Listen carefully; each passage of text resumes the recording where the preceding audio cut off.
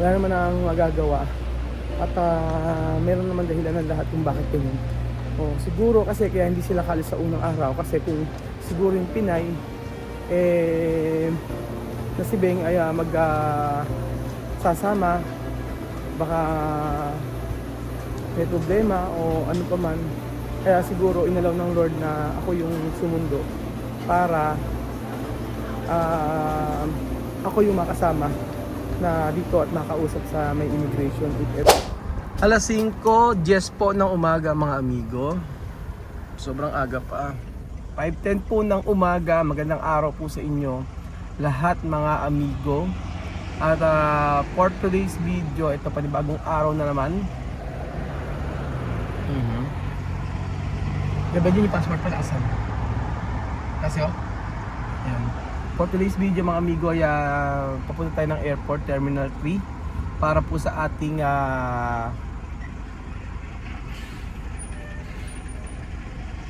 wala ako doon. Para sa ating travel mga amigo, paglilibot sa Thailand. Grabe mga amigo, itong challenge na ito ay matindi. Pambihira. Na-miss ko ang sticky rice with mango. Authentic from Thailand. So pupunta po tayo doon. Alas 7 ang flight and then uuwi kami ng gabi ng alas 11. Alas 6 ng hapon, alas 11 tayo. So one day travel, pambihirang patis for the first time mangyayari sa buhay ko to. Yan. Hindi kasi susundin natin si Joanna doon, di ba mga amigo? So yun po. Ang ganda ng Metro Manila. Di ba? Hindi ko naisip na mangyayari sa buhay ko to mga amigo ng one day travel. Parang ano lang parang Metro Manila at Nueva Ecija lang, isipin niyo.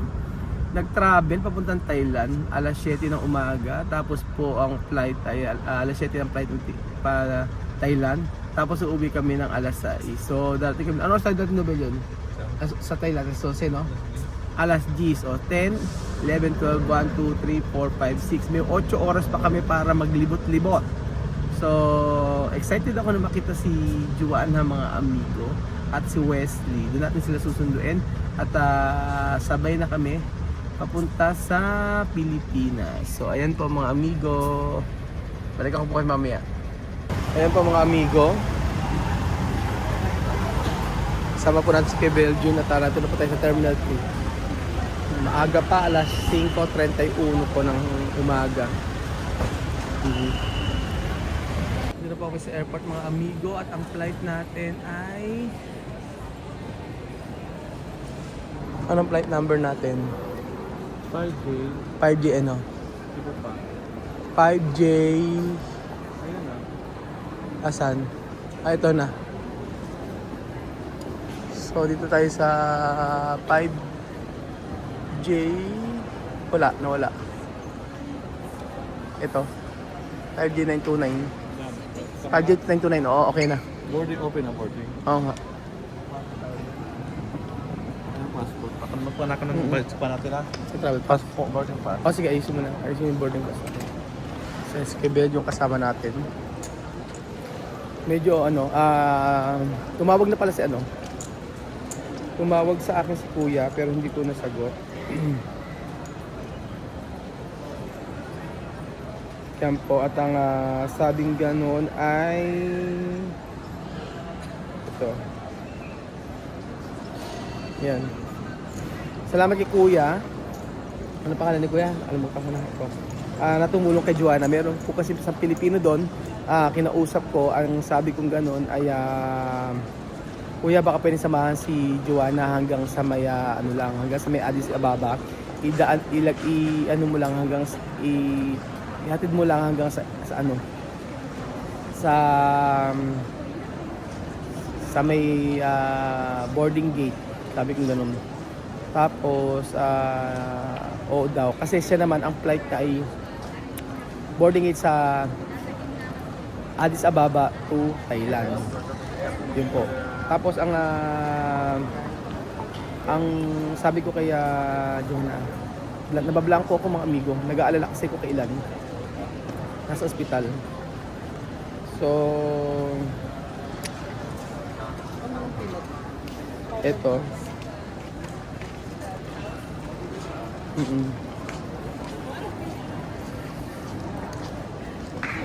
Ayan, nasa ano na sila?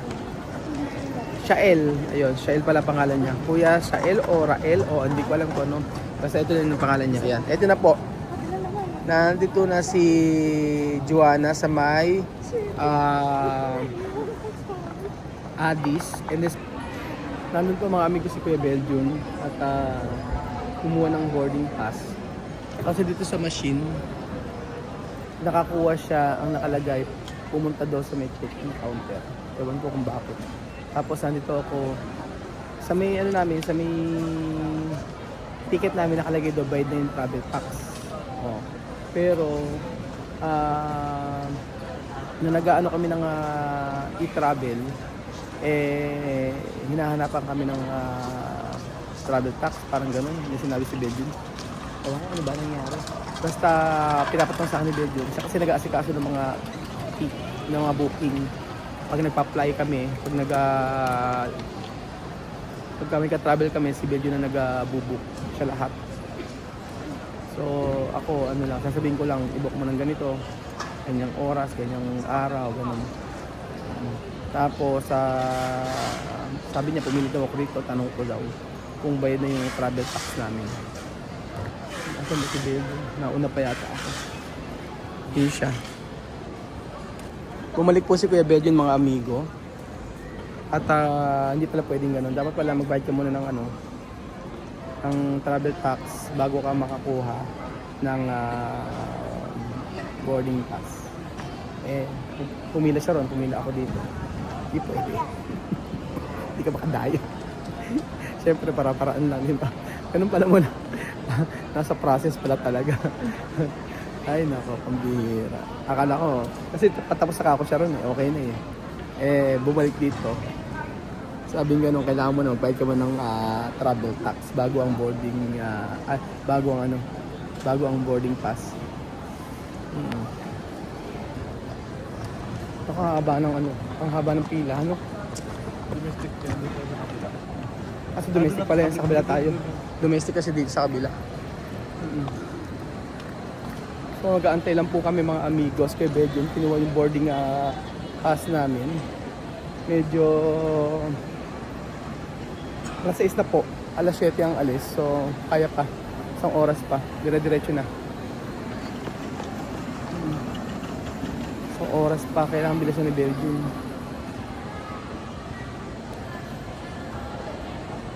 Medyo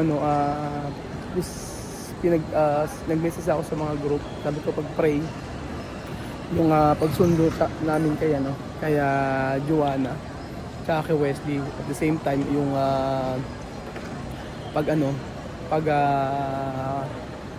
pasok namin pa Thailand. Yes po, yung schedule din okay na. Saan tayo? Immigration na po kami.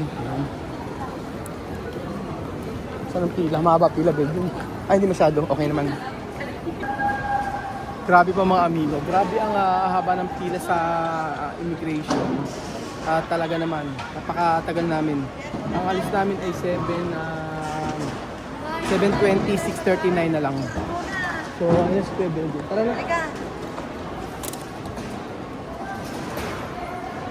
Medyo ano? Sige, bilisan mo lang. Ayun po si Kuya Belgium na dati mabilis ka, dati ikaw nauuna, ngayon ikaw na late. Ano? Ano na? Mabagal sa pila ko. Mabagal sa pila mo. Handang-handa ka pa naman. Ano ang nasa immigration na tanong sa'yo? Ano tanong sa'yo sa immigration? Tanong sa akin sa immigration yung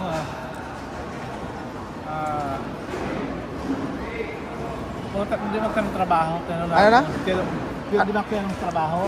Hindi ka tayo sa trabaho? Tanong ako sa nakita sa Thailand, nanonood ako ng Gilas, Pilipinas. Yung may laban na tayo sa basketball sa atin, yung kalaban natin sa South Asia Game. Oo sir, sabi ko wala ako. Mamaya sa balik na rin kay mamayang gabi. Ganun ba? Sige, nandun lang. Sabi mo balik ka mamin gabi rin? Okay. Yun lang tanong sa'yo, wala na. Wala, yun lang. Ayun po mga amigo. Sa akin naman, dire-diretso lang naman. So, tara na. Ha? Ang tinanong po sa akin mga amigo ay ano ang gagawin mo sa Thailand? What is the purpose of your travel? Sabi ko sa kanya ay magki-Christmas shopping. Yun lang ang sinabi ko mga amigo. Eh kasi isipin niyo po, ngayon, kailan balik mo? Mamayang gabi dito. So pwede pala yung mga ganun. Anytime, parang ginawa mo lang, check mo. Paki-check. Hindi ko alam, paki-check mo. Oo. Basta, hindi ko alam kung anong gate. Diretso lang yan. Ayan, RFW no? Asa na ba? Pwede pala yun ano. Tama nga naman kasi siyempre pwede naman nag-travel ngayon. Na-miss ang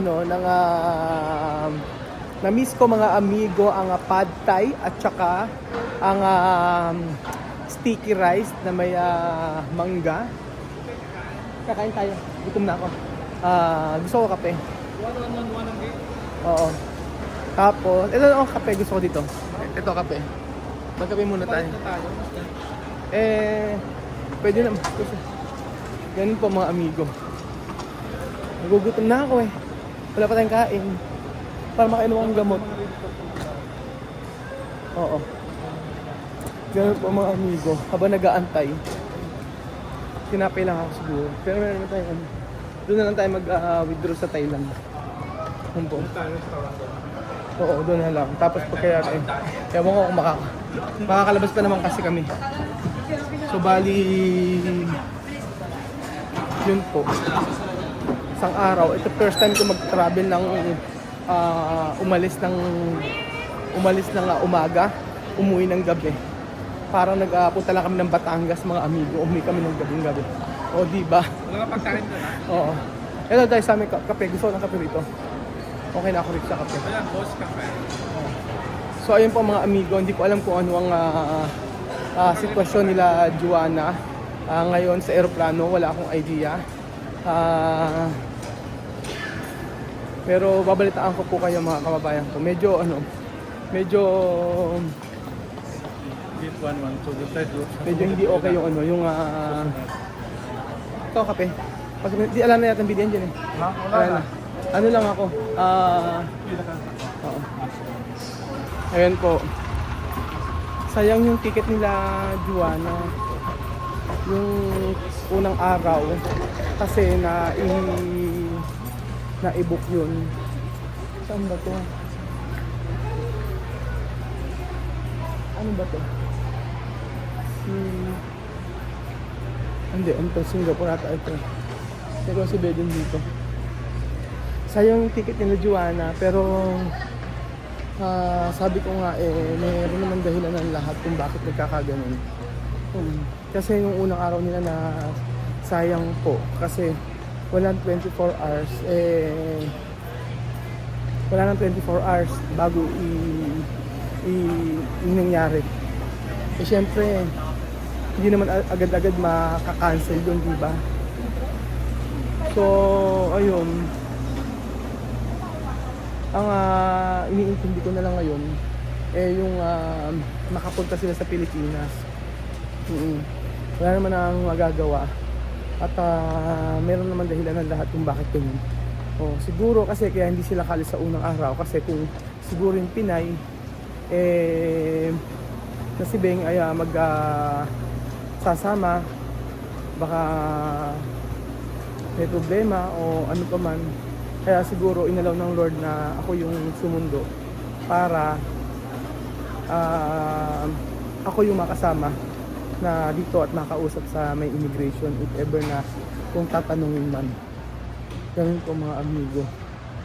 So medyo malayo pala, sabi ni Baby malapit lang daw. Late na. Bumili pa kasi siya ng kape. Kala ko dito na.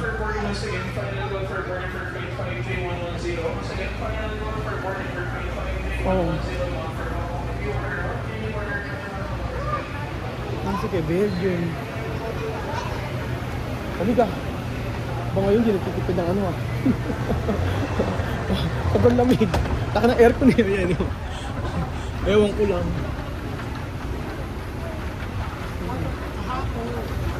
Sobra, sa totoo lang ngayon, ang nararamdaman ko, natutuwa ako na kinakabahan. Opo.